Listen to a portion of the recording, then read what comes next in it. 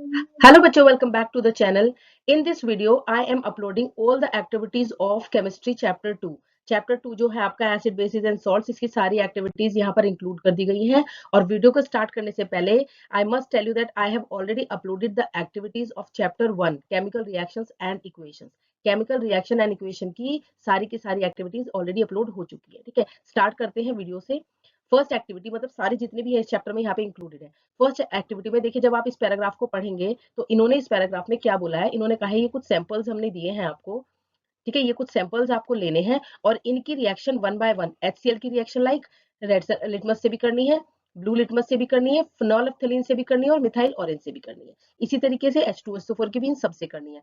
इसी तरीके से HNO3 यानी कि नाइट्रिक एसिड की भी इससे भी, इससे भी, इससे भी और इससे, मतलब इस तरीके से आपको एक्टिविटीज करने के लिए दी हुई है। और कहा है ऑब्जर्वेशन बताइए सबके साथ क्या होगा। अब देखो मैं आपको कंबाइंड बता देती हूँ।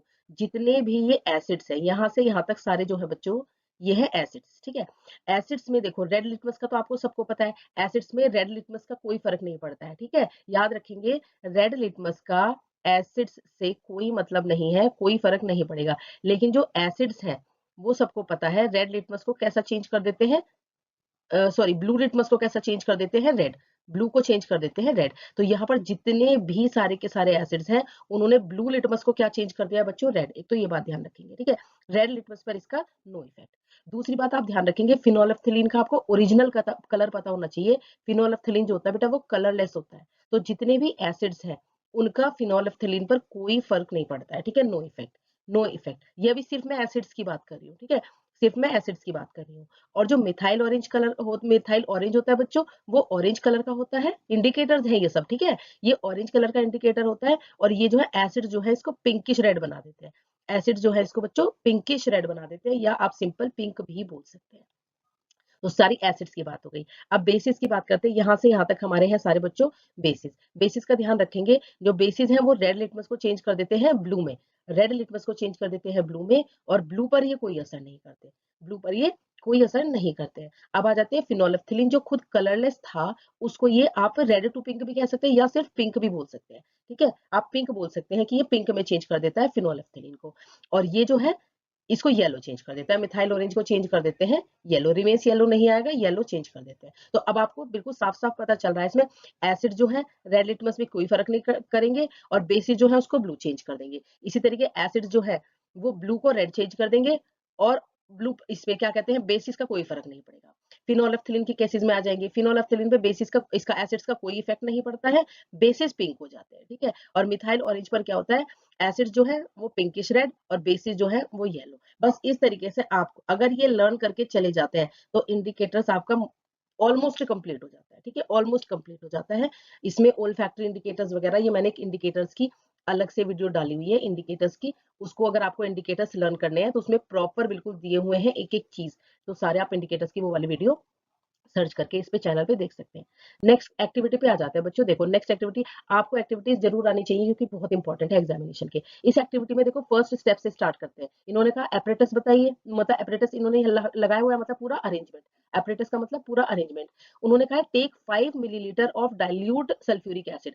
यहाँ पर इन्होंने डाइल्यूट H2SO4 लिया है। ठीक है, डाइल्यूट सल्फ्यूरिक एसिड लिया है in a test tube and add few zinc granules. और यहाँ पर क्या डाले हुए हैं, छोटे छोटे जिंक ग्रेन्यूल्स, मतलब जिंक के छोटे छोटे से दाने डाले हुए हैं। ठीक है, अब इन्होंने कहा आप ऑब्जर्व क्या करते हैं कि जिंक ग्रेन्यूल्स के सरफेस पर आप क्या ऑब्जर्व करते हैं। तो आप लिखेंगे कि जिंक ग्रेन्यूल्स के जो सरफेस पे है वहां हम क्या क्या करते हैं, बबल्स करते हैं।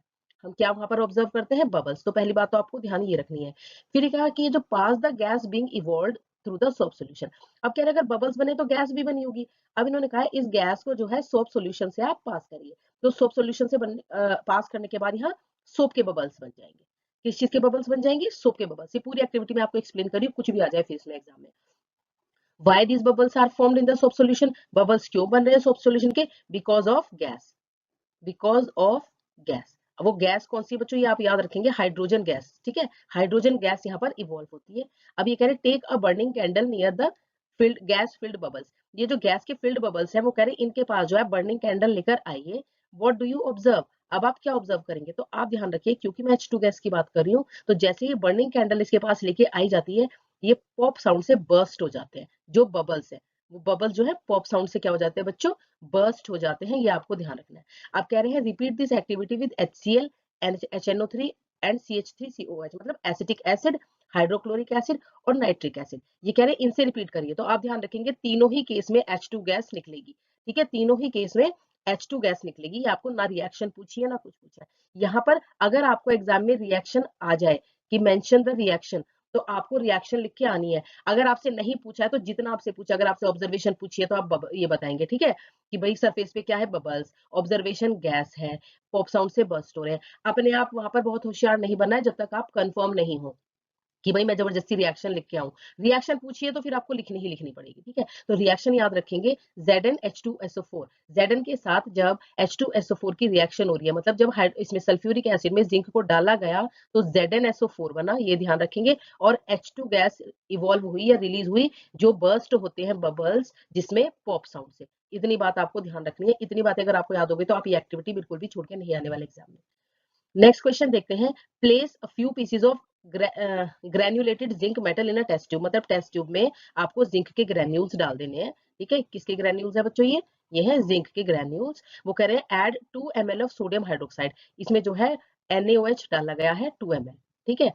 2 ml जो है हाइड्रोक्लोरिक एसिड इसमें ऐड किया गया है। वार्म द कंटेंट, कंटेंट को थोड़ा सा यहाँ से फिर जो है, ठीक है, वार्म किया गया, हीट दी गई है। उसके बाद कह रहे हैं repeat the test of step in activity 2.3 and recording, ठीक है। इसको आप रिपीट द, इसको छोड़ दीजिए, इन्होंने बस इसका पूछा है कि यहाँ पर आप बताइए कि क्या होने वाला है, ठीक है, क्या होने वाला है। रिपीट में मतलब वही है कि जो गैस निकली है उसको आप बबल से पास कराइए, सोप सॉल्यूशन से पास कराइए, बबल्स बनेंगे तो फिर बर्निंग कैंडल लेके आइए, यही सब है रिपीट का मतलब है, यही सब बातें हैं।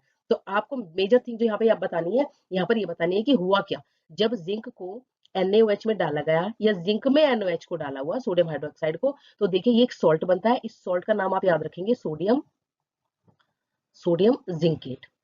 सोडियम जिंकेट सॉल्ट बना और H2 गैस, फाइन, और H2 गैस यहाँ पर इवॉल्व हुई, ये आपको ध्यान रखना है। नेक्स्ट एक्टिविटी में देखिए आपको क्या बोला गया है, how do metal carbonates and hydrogen carbonates react with the acids. Take 2 test tubes, label them A and B, ये कह रहे 2 टेस्ट ट्यूब लीजिए जिसको आप A और B लेबल कर देंगे। Take about 0.5 gram of sodium carbonate in test tube A and about 0.5 gram of sodium hydrogen carbonate, मतलब एक में तो सोडियम कार्बोनेट लिया गया, देखो ये, और एक में जो है सोडियम ये लिया गया, सोडियम हाइड्रोजन कार्बोनेट, ठीक है। अब इन्होंने कहा है add about 2 ml of dilute HCl, इन दोनों में ही इन्होंने क्या किया, डाइल्यूट HCl को ऐड किया। यही बोला कि इस टेस्ट ट्यूब में ये लेना है, इस टेस्ट ट्यूब में ये लेना है, और दोनों में ही डाइल्यूट HCl जो है दोनों को ऐड कर देना है। व्हाट डू यू ऑब्जर्व, ये कह रहे हैं क्या ऑब्जर्व किया, और pass the gas produce in each case through lime water, ये कह रहे हैं क्या ऑब्जर्व किया पहले तो ये बताइए, और जो गैस निकली है इसमें से, जो गैस निकली है उसको लाइम वाटर से पास कराना है। तो देखो ये रिएक्शन में आप क्या याद रखेंगे, जब भी आप क्या याद रखेंगे कि देखो जब या तो सोडियम बाइकार्बोनेट या फिर सोडियम कार्बोनेट हो, कार्बोनेट वाली कोई भी चीज हो, जब उनकी एसिड से रिएक्शन होती है तो देखिए सॉल्ट तो बनेगा ही बनेगा, ठीक है, सॉल्ट तो बनेगा ही बनेगा। जो गैस प्रोड्यूस होती है, ये मेजर थिंग है कि ये कार्बन डाइऑक्साइड गैस, कार्बोनेट वाली चीजों में आप ध्यान रखेंगे कार्बन डाइऑक्साइड, ठीक है, कार्बोनेट से याद रखना है कार्बन डाइऑक्साइड गैस इवॉल्व होगी, H2O पानी निकल जाएगा, ठीक है। तो ये वाटर बनेगा, salt, water and CO2 gas, main thing यहाँ पे CO2 गैस के बारे में बात होगी हमेशा।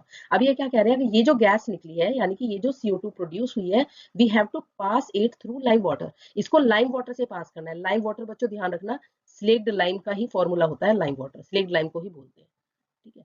तो स्लेक्ड लाइम जो है इससे यानी कि लाइम वाटर से पास होगा, इसको लाइम वाटर भी कहते हैं, ठीक है, याद ध्यान रखना लाइम वाटर। तो ये क्या कह रहे हैं कि अब क्या होगा, ऑब्जर्वेशन बताइए कि जब लाइम वाटर से पास होगा, ये लाइन हमेशा ध्यान रखनी है कि जब CO2 पास होता है लाइम वाटर से, इट टर्न्स, आपको जो एग्जाम में लिखे आना, it turns lime water milky, ये जो है लाइम वाटर को धुंधला यानी कि मिल्की बना देता है। अब अगर एग्जाम में, पहले तो यही आंसर आपको याद रखना है कि it turns lime water milky. अब ये कभी कभी क्वेश्चन में क्या पूछ लेते हैं, ये जो मिल्की बनता है ये क्यों बनता है, ठीक है, तो ये आपको ध्यान रखेंगे, ये मिल्की बनता है due to the formation of calcium carbonate. जैसे ही CO2 को CaHO इसमें कैल्शियम हाइड्रोक्साइड में मिक्स कर दिया जाता है या पास कराया जाता है, तो कैल्शियम कार्बोनेट बनता है जो कि मिल्की टर्न कर देता है या मिल्की होता है लाइम वाटर में को मिल्की बना देता है। ठीक है, अब एक क्वेश्चन कभी कभी एग्जाम में आता है, बहुत इंपॉर्टेंट नहीं कह सकते बट हाँ चलो अब कह सकते हैं इंपॉर्टेंट क्योंकि आने लगा है। ये क्या कहते हैं, ये कहते हैं कि अगर लाइम वाटर से यानी कि CaOH होल ट्वाइस से एक्सेस ऑफ CO2 यानी कि बहुत ज्यादा कार्बन डाइऑक्साइड पास करा दी जाए तो क्या होगा।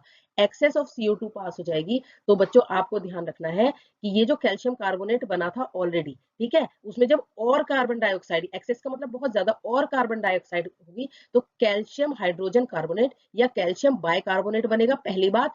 और जो है लाइम वाटर जो है उसकी मिल्कीनेस जो है, मिल्कीनेस डिसअपियर, यानी कि मिल्कीनेस जो है अब जो है, एक मिनट रुकिए, मिल्कीनेस इसको मैं प्रॉपर लिख देती हूँ यहां पर, मिल्कीनेस डिसअपियर्स मतलब मिल्कीनेस खत्म हो जाएगी। ये बात बहुत अच्छे से ध्यान रखनी है, पहले तो जब थोड़ा सा CO2 उसमें ऐड किया तो मिल्कीनेस आएगी, और जब एक्सेस CO2 उसमें फिर से और ज्यादा किया गया तो मिल्कीनेस जो है वो खत्म हो जाएगी। ये आपको बात अपनी लैंग्वेज में लिख के आ जानी है, अगर आपसे प्रॉपर इंग्लिश में नहीं बनाई जा रही है तो हिंदी में लिखिए, बट आपको लिख के आनी है। रिएक्शन आप तब तक नहीं देंगे जब तक आपसे पूछी नहीं गई होगी, ठीक है। कंपाउंड आपको बता देना है कि कंपाउंड लाइम वाटर में जाने के बाद जब कार्बन डाइऑक्साइड आता है तो कंपाउंड क्या बनता है, तो कैल्शियम कार्बोनेट बनता है, जो मैंने आपको यहाँ समझाया। ठीक है बच्चों, अब आते हैं नेक्स्ट एक्टिविटी पे। इन्होंने कहा है take about 2 ml of dilute NaOH solution in a test tube. Test tube में सोडियम हाइड्रोक्साइड लिया, ठीक है, and add few drops of phenolphthalein, इसमें थोड़ा सा फिनोलेफ्थलीन डाल दिया। ठीक है बच्चों, फिनोलेफ्थलीन का मैंने आपको बताया था कुछ देर पहले क्या कलर होता है, फिनोलेफ्थलीन का क्या होता है कलर, अभी थोड़ी देर पहले बताया था। फिनोलेफ्थलीन होता है बच्चों कलरलेस, कैसा होता है कलरलेस, और कलरलेस में जब बेस मिलाया गया, ठीक है, अभी थोड़ी देर पहले आपसे बात हुई थी जब मैंने याद कराया था कि अगर कलरलेस फिनोलेफ्थलीन में बेस को अगर ऐड कर देते हैं तो पिंक कलर आ जाता है। कौन सा कलर आ जाता है, पिंक कलर। तो ये हो गया बेस। देखो एसिड्स का फिनोलेफ्थलीन पे कोई फर्क नहीं होता, बार बार याद दिला रही हूँ, ठीक है, लेकिन बेसिस में जैसे ही फिनोलेफ्थलीन एंटर करता है तो एकदम से पिंक कलर आ जाता है। ठीक है, पिंक यहाँ पे अवेलेबल नहीं है तो मैं इसको रेड मार्क कर देती हूँ, बाकी पिंक कलर आ जाता है। ठीक है, तो ये तो पहली बात हो गई कि कौन सा कलर आ जाएगा, पिंक कलर। अब इन्होंने कलर पूछा है तो यहाँ पे आप लिख देंगे पिंक कलर।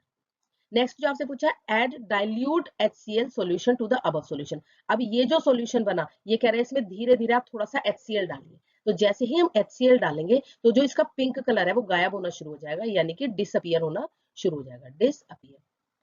क्यों शुरू हो जाएगा, रीजन भी पूछते हैं क्यों शुरू हो जाएगा, क्योंकि देखो इसमें बेस था NaOH तो पिंक कलर आ गया फिनोलेफ्थलीन से। अब जैसे इसमें HCl जाएगा तो न्यूट्रलाइजेशन रिएक्शन हो जाएगी। न्यूट्रलाइजेशन का मतलब होता है कि जो एसिड है वो बेस का इफेक्ट खत्म करता चला जाएगा, तो जो पिंक कलर है वो खत्म होता चला जाएगा, क्योंकि एसिड्स जो है फिनोलेफ्थलीन पे कोई असर नहीं करते हैं। बट क्योंकि इसमें बेस प्रेजेंट है तो एसिड इसके साथ कुछ तो दिमाग मारेगा ना, कुछ तो इसके साथ करेगा। ठीक है, तो एसिड जो है बेस का जो है इफेक्ट खत्म करना शुरू कर देता है। अब इन्होंने कहा है why did the colour of phenolphthalein changes after the addition of acid, कि एसिड ऐड किया तो कलर क्यों चेंज होता जा रहा है पिंक से क्यों खत्म होता जा रहा है, तो आप लिखोगे because of neutralisation reaction happening between HCl and NaOH। अब इन्होंने बोला now add few drops of NaOH to the above mixture. अब ये जो मिक्सचर है, ठीक है, इन्होंने कहा इसमें अभी थोड़ा सा और दोबारा से NaOH डाल दो, यानी कि जो पहले NaOH था उसके बाद इसमें HCl डाला, उसके बाद कह रहे फिर से थोड़ा सा NaOH और डाल दो तो फिर से पिंक कलर आ जाएगा। ठीक है, ये आपको याद रखना है बस। ये क्या पिंक कलर फिर से आया, तो हाँ क्योंकि NaOH की मात्रा अब ज्यादा हो गई, इसकी जो कंसंट्रेशन है वो ज्यादा हो गई, अमाउंट ज्यादा हो गया, तो अब ये अपना इफेक्ट, भाई एसिड डालते जा रहे थे कम होता जा रहा था, बट अब तो फिर से बेस ज्यादा हो गया तो अब एसिड जो है कम रह गया बहुत ज्यादा, तो NaOH तो अपना असर दिखाएगा, जो चीज ज्यादा होती है वो अपना इफेक्ट दिखाती है। ठीक है, तो फिर से पिंक कलर आ जाएगा। तो ये आपका ये वाली एक्टिविटी हो गई। नेक्स्ट एक्टिविटी में आ जाते हैं बच्चों, take a small amount of copper oxide in a beaker and add dilute hydrochloric acid. Copper oxide लिया, उसमें डाइल्यूट HCl डाला, तो ये बोल रहे हैं क्या होता है, तो यहाँ पे याद रखेंगे जो ब्लैक कलर का कॉपर ऑक्साइड होता है, ब्लैक कलर का जो कॉपर ऑक्साइड होता है वो धीरे धीरे ग्रीन कन्वर्ट होने लगता है। वो ग्रीन क्यों कन्वर्ट होने लगता है, ठीक है, यहाँ पर आप इसको ग्रीन कलर से ही मेंशन करेंगे, ये ग्रीन कलर के कंपाउंड में चेंज होने लग जाता है। ठीक है, ग्रीन कलर के में, और ये होता है बच्चों ब्लैक कॉपर ऑक्साइड। तो ये क्यों होता है ग्रीन कलर में चेंज, आप लिखोगे due to the formation of, due to the formation of copper chloride. ये होता है कॉपर क्लोराइड, CuCl2 मतलब कॉपर क्लोराइड। तो कॉपर क्लोराइड में ये बदलना शुरू हो जाता है, इसलिए तो ये आपको रिएक्शन पता होनी चाहिए। कलर चेंज आपको पता होना चाहिए, ब्लूइश ग्रीन लिखे या ग्रीन लिखे एक ही बात है, दोनों दोनों पे ही मार्क्स मिल जाएंगे। नेक्स्ट क्वेश्चन जो आता है आपका वो कह रहे हैं take solutions of glucose, alcohol, hydrochloric acid, sulphuric acid, यानी कि 1 बाय 1 लेने हैं। इन्होंने fix 2 nails on a cork, cork पे 2 नेल्स जो लगाई हैं उनको, ठीक है, इलेक्ट्रिसिटी से यहाँ से बैटरी के टर्मिनल से अटैच कर दिया है नेल्स को, कील जो होती है, और एक बल्ब लगा दिया है, ठीक है। अब ये कह रहे हैं ये सारा कुछ यहाँ पे हमें पूरा एपरेटस शो के दिखा रखा है कि आपको ऐसे ऐसे करना है। Now pour some HCl in the beaker, ये कह रहे हैं बीकर में थोड़ा सा HCl डाल दो यहाँ पर ठीक है। HCl डालने के बाद क्या बोल रहे हैं कि अब बताइए आपने क्या ऑब्जर्व किया, क्या ये बल्ब ग्लो होगा? तो आप लिखेंगे यस, बल्ब ग्लो होगा, ठीक है। क्यों ग्लो होगा? बिकॉज यहाँ पे आप आंसर लिखेंगे बिकॉज HCl विल डिसोशिएट, यानी कि टूट जाता है, dissociate into ions on wet on passing electricity, ठीक है। इलेक्ट्रिसिटी पास होते ही जो है ये जो है आयंस में टूट जाता है, इलेक्ट्रिसिटी पास हो जाए, या फिर HCl में सिंपल वाटर एक्वस सॉल्यूशन भी ले लें इसका, ठीक है, एक्वस सॉल्यूशन, HCl का एक्वस सॉल्यूशन, पानी डालते भी ये H प्लस में और Cl माइनस में ब्रेक हो जाता है। तो जैसे ही किसी चीज में एकदम से हमें आयंस अवेलेबल होते हैं तो समझ जाइए बल्ब जो है एकदम जलना शुरू हो जाएगा, इलेक्ट्रिसिटी कंडक्ट होनी शुरू हो जाती है। तो बेसिक रीजन जो आपका इसमें आएगा, acid solution in water conduct electricity. आप इस वाले पोर्शन को रहने दीजिए, ठीक है, इस वाले को रहने दीजिए, क्योंकि हमें यही शो करना है कि क्या इलेक्ट्रिसिटी कंडक्ट होगी या नहीं, ठीक है। तो आप जो इसका रीजन लिख के आएंगे एग्जाम में, वो लिख के आएंगे कि as we add water to acid, या फिर चलो पहले आप इतना लिख लीजिए, as we add water to acid it will break into H plus and Cl minus ions, ठीक है। तो और ड्यू एंड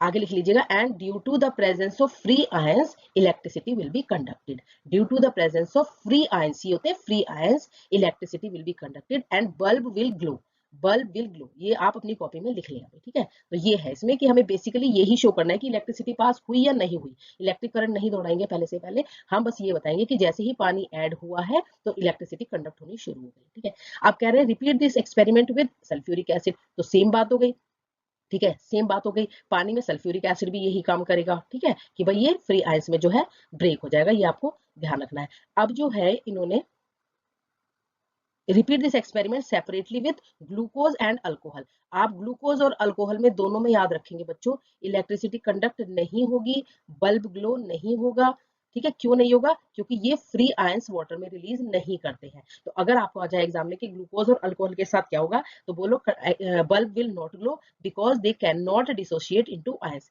बल्ब जो है ग्लो नहीं होगा क्योंकि ये आयंस में नहीं डिसोशिएट होते हैं, और electricity will not be conducted. ये आपको इस एक्सपेरिमेंट में पूरे में अपनी लैंग्वेज में बना के आ जाना है, मैंने आपको एक्सपेरिमेंट समझा दिया अच्छे तरीके से।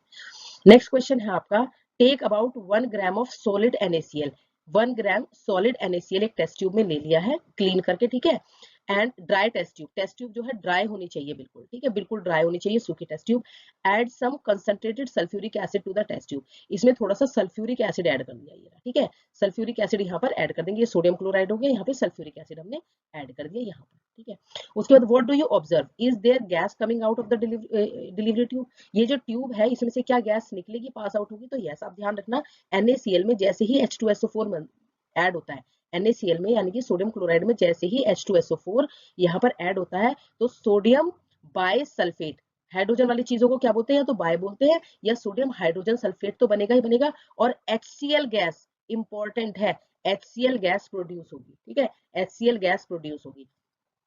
अब इन्होंने कहा test the gas evolve successively with dry and wet litmus paper, अब ये कह रहे हैं ये जो गैस मतलब दूसरा दिखा दिया इसका कि कैसे गैस यहाँ से निकल रही है, ये कह रहे हैं ये जो गैस यहाँ पर निकली हुई है इसको ड्राई लिटमस पेपर से और एक बार वेट लिटमस पेपर से टेस्ट करना है। तो आप इसमें जो मैं आपको बता देती हूँ क्या होने वाला है, ड्राई लिटमस पेपर से, ड्राई अगर होगा लिटमस पेपर तो कोई इफेक्ट नहीं होगा, ठीक है, ड्राई होगा लिटमस पेपर तो कोई इफेक्ट नहीं होगा, वेट होगा तो ब्लू टू, क्योंकि ब्लू लिटमस से ही हम टेस्ट करेंगे भाई एसिड्स को, तो क्योंकि रेड लिटमस पे तो एसिड्स का कोई फर्क ही नहीं होता है, तो ब्लू लिटमस लेंगे, एक बार ड्राई लेंगे और एक वेट लेंगे, ड्राई पे कोई फर्क नहीं पड़ेगा और यहाँ ब्लू टू रेड चेंज हो जाएगा। अब आप रीजन बताइए, अभी 2 मिनट पहले बताया आपको कि वेट पे क्यों चेंज होगा, ड्राई पे क्यों नहीं होगा, क्योंकि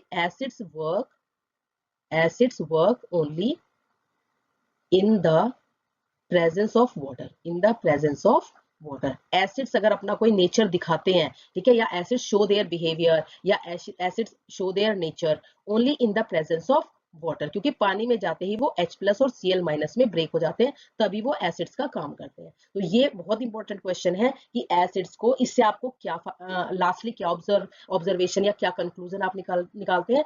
तो the conclusion is HCl works only in the presence of water. ये आपको ध्यान रखना है। अब ये क्या कह रहे हैं यहाँ पर, देखो नोट में एक बहुत इंपॉर्टेंट बात दी हुई है कि अगर ह्यूमिड है एनवायरमेंट, यानी कि नमी वाला एनवायरमेंट है, तो गैस तो यहाँ से नमी पकड़ लेगी हल्का सा पास में आते ही। तो कह रहे हैं हमें क्या करना चाहिए। तो ये कह रहे हैं देखो, अगर ह्यूमिड है नेचर या एनवायरमेंट आपके आसपास का, तो आप एक ड्राइंग ट्यूब आती है जिसको हम गार्ड ट्यूब भी कहते हैं, उसको यूज करिए। पहले गैस को जो है गार्ड ट्यूब से पास कराइए। ये बात आपको ध्यान रखनी है, आ सकती है एग्जाम में कि पहले गैस को किससे, HCl गैस को हमें किससे पास कराना होगा, गार्ड ट्यूब से। और उस गार्ड ट्यूब में क्या होता है, कैल्शियम क्लोराइड, जो सारे पानी को सोख लेता है। ठीक है, ये बात आपको यहाँ पर ध्यान रखनी है। नेक्स्ट एक्सपेरिमेंट आपका है टेक, अच्छा पहले एक साइन आपको याद रख लेना है। ये साइन जो होता है डेंजर का साइन होता है, वार्निंग साइन होती है, जो कंसंट्रेटेड यानी कि बहुत ज्यादा तेज वाले एसिड होते हैं उनके ऊपर मेंशन होता है। ठीक है, ये साइन आप याद रखेंगे। अब आ जाते हैं एक्सपेरिमेंट में। Take 10 ml of water in a beaker. Beaker में जो है हमने वाटर ले लिया है, ठीक है, वाटर ले लिया है। Add a few drops of concentrated H2SO4, ठीक है, कंसंट्रेटेड सल्फ्यूरिक एसिड इसमें थोड़ा सा ऐड कर लिया है। सोल्ड मतलब इसको थोड़ा सा हिलाइए जिससे कि ये मिक्स हो जाए। टच द बेस, बेस को टच करके देखा तो ये वार्म हो जाएगा, याद रखेंगे वार्म हो जाएगा। क्यों हो जाएगा, क्योंकि जैसे ही पानी और एसिड आपस में मिलते हैं तो हीट रिलीज होती है। क्या होती है, हीट रिलीज होती है। और इस टाइप की रिएक्शन को इन्होंने पूछा क्या कहते हैं, एक्सोथर्मिक है या एंडोथर्मिक। तो the reaction in which heat is evolved is exothermic. जो रिएक्शन में हीट निकलती है वो एक्सोथर्मिक रिएक्शन होती है। अब ये कह रहे हैं, ठीक है, ये हमारे यहाँ सारे आंसर्स हो गए। अब ये कह रहे हैं इस एक्टिविटी को आप NaOH यानी कि सोडियम हाइड्रोक्साइड के साथ भी, पैलेट्स मतलब छोटे छोटे टुकड़ों के साथ भी आप करिए। मतलब आप यहाँ पर ले लीजिए पानी, ठीक है, और उसमें NaOH डालिए, तो भी आप ध्यान रखेंगे एक्सोथर्मिक ही होगी, ठीक है, तो भी हीट ही निकलती है। बस ये बात आपको यहाँ पर याद रखनी है। जो आपका नेक्स्ट क्वेश्चन है ये आपका फर्स्ट चैप्टर में भी आ चुका है बच्चों, ठीक है। क्लोर अल्कली प्रोसेस की डेफिनेशन याद रखेंगे। और इन्होंने बोला है कि NaOH जो है वो कैसे बनता है, तो ये मैंने आपको बताया था, ये कंसंट्रेटेड सॉल्यूशन होता है NaCl का, जिसे हम ब्राइन भी बोलते हैं, ब्राइन, ठीक है, ब्राइन भी बोलते हैं हम उससे। इससे इलेक्ट्रिसिटी पास कराई जाती है, ठीक है, यहाँ इलेक्ट्रिसिटी पास कराई गई। और जैसे ही NaCl से इलेक्ट्रिसिटी, ठीक है, एक्वस सॉल्यूशन मतलब पानी मिलाया गया, ठीक है, तो जैसे ही इलेक्ट्रिसिटी पास होती है बच्चों, तो ये ब्रेक हो जाता है किस किस चीज में, एक तो NaOH में, एक H2 गैस में, और एक क्लोरीन में। NaOH में, H2 गैस में और क्लोरीन गैस में, ठीक है। यहाँ से ये रहा NaOH, ठीक है, और यहाँ से हम ब्राइन को ऐड करते जाते हैं, ठीक है, NaCl के सॉल्यूशन को। तो ये चीजें आप ध्यान रखेंगे। इसमें जो बहुत इंपॉर्टेंट बात ध्यान रखनी है, जो H2 गैस है वो कैथोड पे निकलेगी, और जो क्लोरीन गैस है वो एनोड पे निकलेगी, ठीक है। ऐसा क्यों होता है, देखिए H2 गैस के पास हमेशा प्लस साइन होता है। H2 गैस के पास यानी कि हाइड्रोजन गैस के पास प्लस साइन होता है, और प्लस साइन किसके पास भागना चाहता है, नेगेटिव के पास, और कैथोड होती है नेगेटिव, तो H2 जाता है कैथोड के पास, ठीक है। और एनोड के किसमें, क्लोरीन के पास होते हैं नेगेटिव चार्जेस, ठीक है, क्लोरीन को नेक के ऊपर नेगेटिव चार्ज होता है, तो वो जाता है प्लस वाले कैनोड, इसके एनोड के पास, ठीक है। ये ध्यान रखेंगे। तो इसमें सारी बातें जो मैंने आपको बताई हैं, रिएक्शन ध्यान रखेंगे, डेफिनेशन ध्यान रखेंगे क्लोर अल्कली की प्रोसेस की, और उसके बाद यूजेस, सबके यूजेस, क्लोरीन का क्या यूज है, NaOH का क्या यूज है इसमें, ये सारे आपको यूजेस याद रखने हैं। अब नेक्स्ट वाली एक्टिविटी पे आ जाते हैं। Heat a few crystals of copper sulphate. Copper sulphate यहाँ पर लिया है जो बच्चों ब्लू कलर का होता है, ठीक है, कॉपर सल्फेट जो होता है बच्चों वो होता है ब्लू कलर का। ब्लू कलर का कॉपर सल्फेट लिया है, इन्होंने कहा उसको हीट करिए, ठीक है। What is the colour of copper sulphate after heating. Heat होने के बाद वो जो है उसका कलर जो है खत्म हो जाता है, और वो व्हाइट कलर का बच जाता है। Colour fade away and white colour का जो कंपाउंड है, व्हाइट कलर कंपाउंड रिमेन्स, ठीक है, बच जाता है। और जो है क्या कहते हैं, जो ब्लू कलर है उसको आप बोल देंगे उसका वैनिश हो जाता है या फेड हो जाता है। Do you notice water droplets in the boiling tube. छोटी छोटी यहाँ पे, ठीक है, वाटर ड्रॉपलेट्स भी आ जाती है। क्यों, क्योंकि इसमें से जो वाटर ऑफ क्रिस्टलाइजेशन, देखा कॉपर सल्फेट का बच्चों जो एक्चुअल फॉर्मूला होता है वो ये होता है, ठीक है। तो जैसे ही हम इसको हीट करते हैं तो टेस्ट ट्यूब पे जो है छोटे छोटे से पानी की बूंदें निकलकर चली जाती हैं, व्हाइट कलर का कॉपर सल्फेट बच जाता है। अब इन्होंने कहा ये जो व्हाइट कलर का कॉपर सल्फेट बच गया, इसमें ऐड करते हैं फ्यू ड्रॉप्स ऑफ वाटर, ठीक है, थोड़ा सा वाटर इसमें हम दोबारा ऐड करते हैं, जो व्हाइट बच गया है, ठीक है, जो व्हाइट बच गया है। तो आप ध्यान रखेंगे, व्हाट डू यू ऑब्जर्व, ये क्या रखे हैं कि आप क्या ऑब्जर्व, तो ब्लू कलर जो है इसका दोबारा रिटेन हो जाएगा। क्यों हो जाएगा, क्योंकि फिर से खाली जो CuSO4 बचा है उसमें दोबारा से हमें 5H2O मिलना स्टार्ट हो जाएगा, ठीक है। तो ये आपकी इस चैप्टर की सारी एक्टिविटीज थी। होप आपको सारा अच्छी तरीके से समझ में आ गया, और इनको बहुत अच्छे से तैयार कर लें, एक ना एक एक्टिविटी एग्जाम में जरूर आएगी। Thank you so much for watching, और ऐसी ही और वीडियोज के लिए subscribe to my channel. Thank you so much.